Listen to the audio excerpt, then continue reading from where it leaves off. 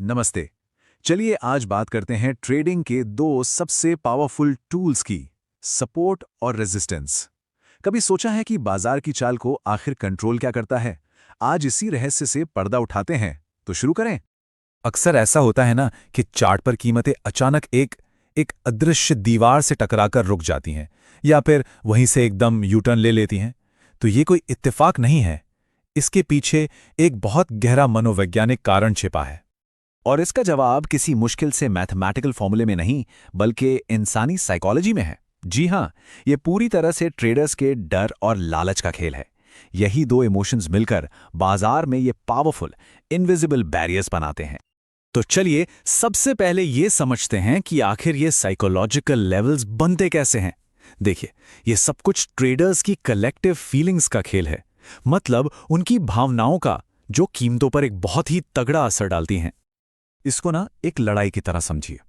Support वो एक फर्श की तरह काम करता है, मतलब एक ऐसा लेवल जहां बायर्स को लगता है, अरे वाह, ये तो बहुत अच्छा सौदा है। क्यों? क्योंकि पहले भी कीमत यहीं से ऊपर गई थी और बस यहीं से बाइंग प्रेशर बनना शुरू हो जाता है। और दूसरी तरफ है रेजिस्टेंस, जो एक छत की तरह है। यहां पर सेलर सोचते हैं, बस सब प्रॉफिट बुक करने का टाइम आ गया है, और इससे सेलिंग का प्रेशर बढ़ जाता है। तो देखा, ये डर और लालच का एक क्लासिक खेल है।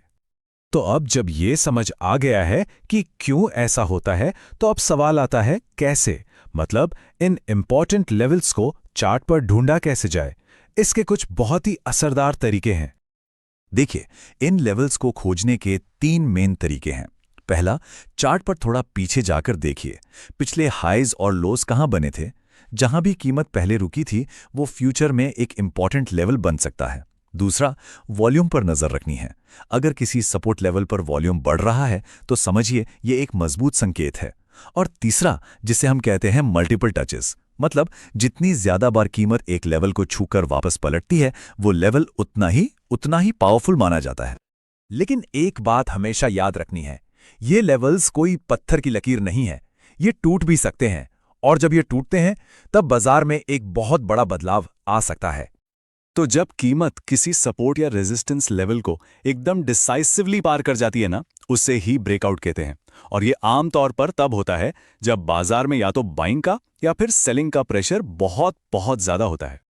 तो सोचिए, जब सपोर्ट टूटता है, इसका सीधा सा मतलब है कि सेलर्स ने बाजार पर कंट्रोल कर लिया है और कीमत और भी नीचे जा सकती है। और ठीक इसका उल्टा होता है जब रेजिस्टेंस टूटता है। वो खरीदारों की, मतलब बायर्स की ताकत को दिखाता है और कीमत में और भी उछाल आ सकता है। अच्छा, ब्रेकआउट के बाद ना एक और बहुत इंटरेस्टिंग चीज होती है। इसे कहते हैं फ्लिप प्रिंसिपल। ये वो मोमेंट है जब सपोर्ट और रेजिस्टेंस अपनी भूमिकाएं, अपने रोल्स को बदल लेते हैं, और ये बाजार के डायनामिक नेचर को दिखाता है। इसको ऐसे समझिए कि जो फर्श पहले कीमत को नीचे गिरने से रोक रहा था, अब वही कीमत के लिए एक नई छत बन गया है।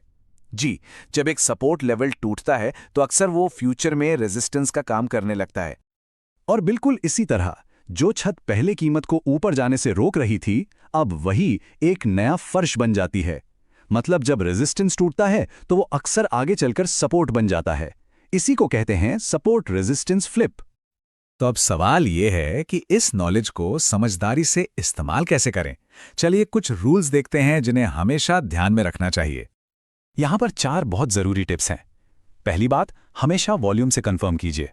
एक अच्छा ब्रेकआउट हमेशा बढ़ते वॉल्यूम के साथ आता है। दूसरी बात, एसएनआर को अकेले इस्तेमाल मत कीजिए। इसे आरएसआई या एमएसीडी जैसे दूसरे इंडिकेटर्स के साथ मिलाकर देखें तो ज्यादा अच्छे सिग्नल मिलेंगे। तीसरा, ये याद रखिए कि ये आपकी पूरी ट्रेडिंग स्ट्रैटेजी का सिर्फ एक हिस्सा है, सब कुछ नहीं। और चौथी और सबसे जरूरी बात, प्रैक्टिस प्रैक्टिस और प्रैक्टिस।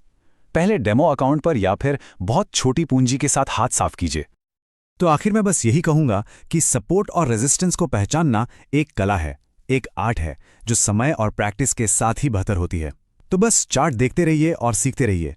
और जाते जाते एक सवाल छोड़ जाता हूं, क्या बाजार की साइकोलॉजी हमेशा खुद को दोहराती है, या आने वाले वक्त में हमें कुछ नए पैटर्न भी देखने को मिल सकते हैं? इस पर जरूर सोचिएगा।